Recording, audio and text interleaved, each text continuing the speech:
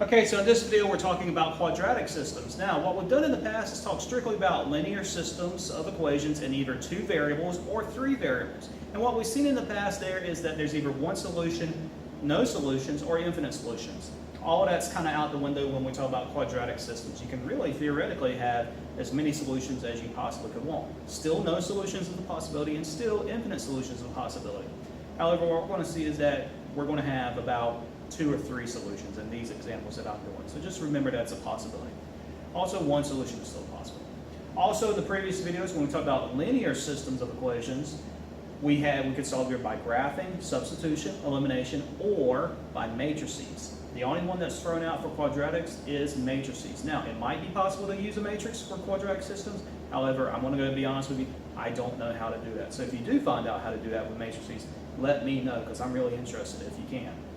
We're going to do the first example, 14, by graphing. Now, all these methods are a personal preference. When I'm doing this myself, I typically use substitution or elimination. I don't really like graphing, or at least not as a teacher, because getting y by itself to graph could be difficult for some people. But if it's okay for you, then go ahead and do graphing. So that's what we're going to do here in this first one. Since we have older calculators, we have to get y by itself. So fortunately, the bottom equation already has y by itself. So the only equation we have to do scratch work for is the top equation. I have x squared plus y squared equals 13. I want to get y by itself, so minus x squared minus x squared. Cancel out, so y squared equals 13 minus x squared. And now my calculator needs to graph y equals, not y squared equals, so I'm going to do square root on both sides. Now, since my power is even and I'm taking the root, I have to say plus or minus on both sides. Power 2 and index 2 cancel out, so y equals plus or minus the square root of 13 minus x squared.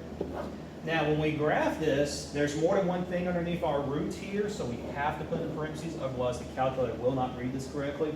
And unfortunately, our older calculators do not understand what plus minus means. So when we graph this, we're actually going to say y1 is the positive square root of 13 minus x squared, and y2 is the negative square root of 13 minus x squared. Okay, so from one equation, we're actually going to get 2 different graphs we're going to look at. The bottom equation already has y by itself, so we're going to call that y3. So we're going to graph 3 things this time and look for all the points of intersection that we can find. Just like when we talked about solving systems of linear equations in 2 variables, when we solve a quadratic system in 2 variables, our solutions are going to be ordered pairs. So we need to know what both x and y are. Okay, so I want to graph this now. Again, y1 was the positive square root of 13 minus x squared. Make sure that's in parentheses. Again, if you don't, it's not going to graph correctly. y2 was the negative square root of 13 minus x squared. And then y3 is just x plus 1. I'm going to graph this. New picture, zoom 6. And I'm actually going to play around with the different zoom options, see if I can get a little bit better picture. Again, you can play with any zoom option you want to, just you don't have to do exactly what I do. Typically we do zoom fit or zoom out. I'm going to do zoom 5, which is called zoom squared. We've never used that before. Let's see what it does. Oh, and I get a pretty good picture. I see that this is a nice circle, and on this circle there's 2 points of intersection, right here and right here. So I'm looking for where does the circle touch the upper half of my circle, and where does the line touch the upper half of my circle, and where does the line touch the bottom half of my circle. So, like we've done in the past, second calc, option 5, first curve. Now, this is very important. Before you hit first curve, you want to make sure you're on the piece of the circle you're interested in. I'm interested in the top piece of the circle, so my cursor's already there, so I'm going to go ahead and hit first curve. Now, same thing for second curve. You need to make sure your cursor is on the piece that you're interested in using. I'm using the top piece of the circle, and I want to figure out where does the line cross it. But unfortunately, right now, my cursor is on the bottom half of the circle. So to move it to the line, I need to hit the up and down arrow keys. So keep doing that, up and down arrow keys, until your cursor gets on the piece that you want to find the intersection with. I want to be on the line, so my cursor is on the line. So I'm going to hit enter for second curve. And now I'm ready to move my cursor and hit yes. As soon as I do that, I find my point of intersection. Again, the solution, it's going to be an ordered pair, and it was at 2, 3. Okay? So now what I want to do is to find the other point of intersection. I'm going to say second calc, option 5, first curve enter, second curve enter. Oops, I did that too fast. Second calc, option 5. First curve, again, I want my cursor to be on the top half of the circle, or sorry, on the bottom half of the circle. So I'm going to hit the up and down arrow keys until it is. Now that I see my cursor on the bottom half of the circle, I'm going to hit enter. Second curve, again, I want my cursor to be on the line. It is, so I'm going to hit enter. And now I want to guess, move my cursor into position. So my ordered pair now is -3, -2.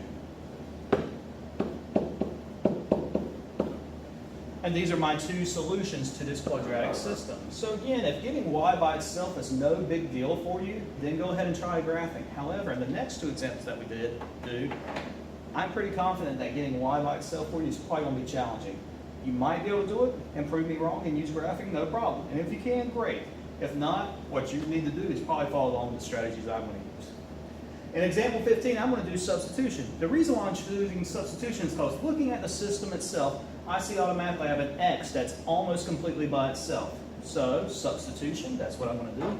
I'm going to try to get that x by itself. I'm going to do the scratch work for the bottom equation in blue. So -2y squared plus x plus 2 equals 0. Let's get that x by itself completely. So plus 2y squared on both sides.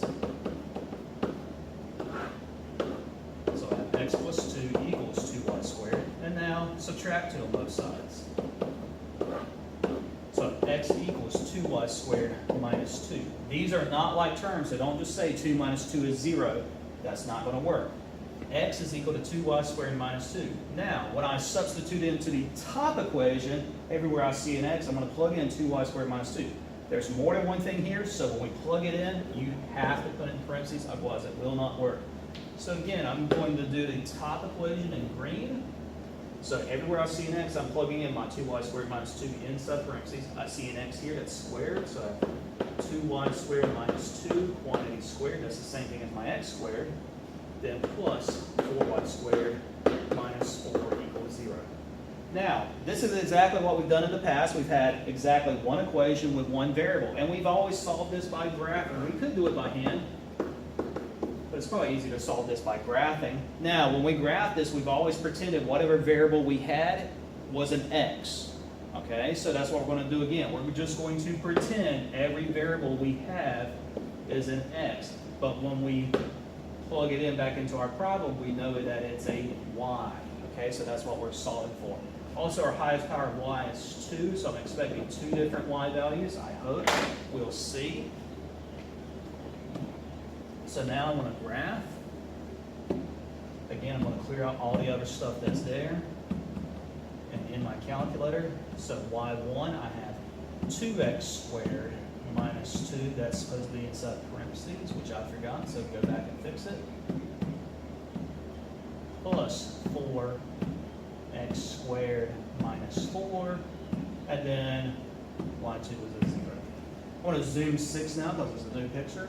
And that picture's okay, so what I'm going to do is find my two values of y. Make sure I've got everything typed in correctly. So 2x squared, it's 2x squared. See, I didn't have it typed in right.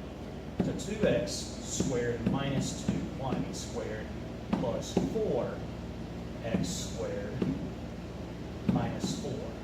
So it's always a good thing to double check your picture. Now again, I'm just going to play with the zoom. I've zoomed 6 for a new picture. Now I'm going to zoom, I don't know, let's say zoom 7 so we get a nice picture. That's a pretty good picture there, so I'm going to leave it alone. I have, looks like 3 points of intersection. 1, 2, 3.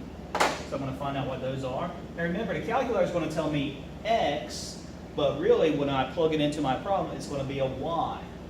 So second calc, option 5, first curve enter, second curve enter, guess, I'm going to find the one on the left, and I get y equals -1. Again, the calculator says x equals, but I know in my problem it's a y. And I'm going to find this one in the middle, second calc, option 5, first curve enter, second curve enter, guess. And I get x equals -1 on the calculator, so that means y equals 1.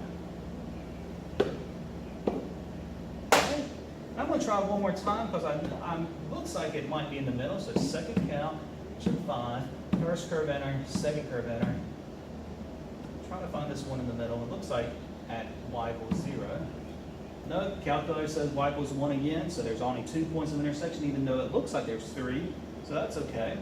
So now what I want to do is each of these y's, I'm going to plug in and find my x. So I'm done with the graphing for now. All right, so I'm just plugging in here because I already have x by itself. Everywhere I see a y, I'm going to plug in. Now this is imperative. When you plug in, it has to be in parentheses, especially with negative numbers or fractions. Otherwise, it will come out wrong. So for y equals -1, I get x equals 2 times -1 squared minus 2, which is just 2 minus 2, which is 0. Now, I skipped some steps here, so just use your calculator, clean it up, but you get x equals 0. So as soon as I know x equals 0, I know my ordered pair for the solution. So the answer is 0, -1. Now what I want to do is do the same idea. I'm going to plug in and figure out what x is with y equals +1. So x equals 2 times 1 squared minus 2, and I get 2 minus 2 again, which is 0. So my other ordered pair, or my other solution, is going to be 0, +1. These are my two solutions to the system, and that's totally okay. In our last example, example 16, we have, I'm going to do elimination. The reason why I chose elimination here is because I'm looking at my system and I'm looking for opposites. So I see positive y squared and negative y squared. So I know those are opposites and they're going to eliminate very nicely. Also, like we did in the earlier videos, before to make our opposites, we had to multiply. Since y squared and negative y squared are already opposites, I don't have to multiply anything. I just can go straight up and add. I'm going to add these two equations together. X squared plus x squared is 2x squared. Y squared plus negative y squared, that eliminates. Now you've got to be careful here. Like terms go together always. Negative 16x squared does not have any friends, so just bring them down. And then 39 regular numbers go with -9 regular numbers, and that's a total of +30 regular numbers, and that's still equal to 0. Again, we have one equation, one variable, so we can either solve this by hand or by graphing. I'm going to do graphing because it's a little bit faster. And this time our calculator is going to give us x, and that's what we're going to put in our problem. My highest power for x is 2, so I expect, my highest power for x is 2, so I expect the calculator to give me 2 values for x. Okay, it might give me more, it might give me less, but I'm expecting 2. Okay, so maybe I'll be surprised. I don't know, we'll see. I'm going to come over here and graph and get out of the way a little bit. So I have 2x squared minus 16x plus 30.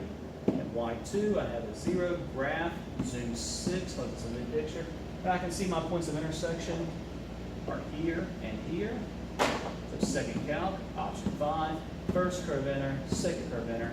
The point of intersection on the left is here, and calculator tells me x equals 3, and again, that corresponds with what I need to find here. So x equals 3 in my problem. Go back to the calculator. I'm going to say second calc, option 5, first curve enter, second curve enter, guess, move it into position. You get x equals 5.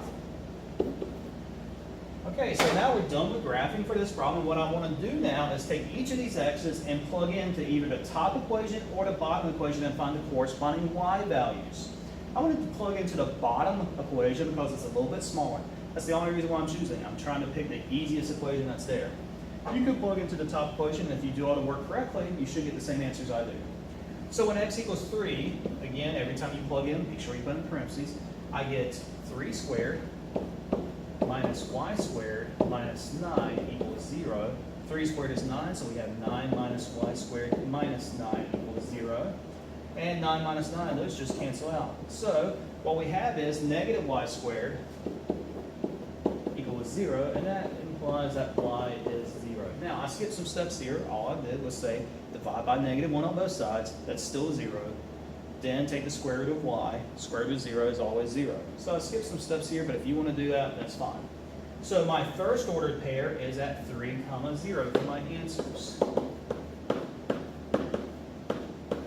Okay, now I'm going to do the same idea. I'm plugging into the bottom equation with x equals 5. So I have 5 squared minus y squared minus 9 equals 0. 5 squared is 25. Scroll down just a little bit, give myself some more room. 25 minus 9 is 16, minus y squared equals 0. I want to get y squared by itself, so plus y squared. So 16 equals y squared. Now I want to get y by itself, so I want to square root both sides. But remember, since my power was even and my index is even, I have to do plus or minus. So really, we have y equals plus or minus the square root of 16, which means y equals plus or minus 4. Now, you can either leave it like this or split it up. I'm going to actually split it up. So y equals positive 4 and y equals negative 4. So that means this x value has two y values that are associated with it. And that means that we're going to have two ordered pairs. The first ordered pair is going to be 5 positive 4, and the other ordered pair is going to be 5 negative 4. So I have 3 solutions to this quadratic system, and we're done with this video. We've seen graphing, substitution, and elimination. Choose which method works best for you. Let me know if you got questions.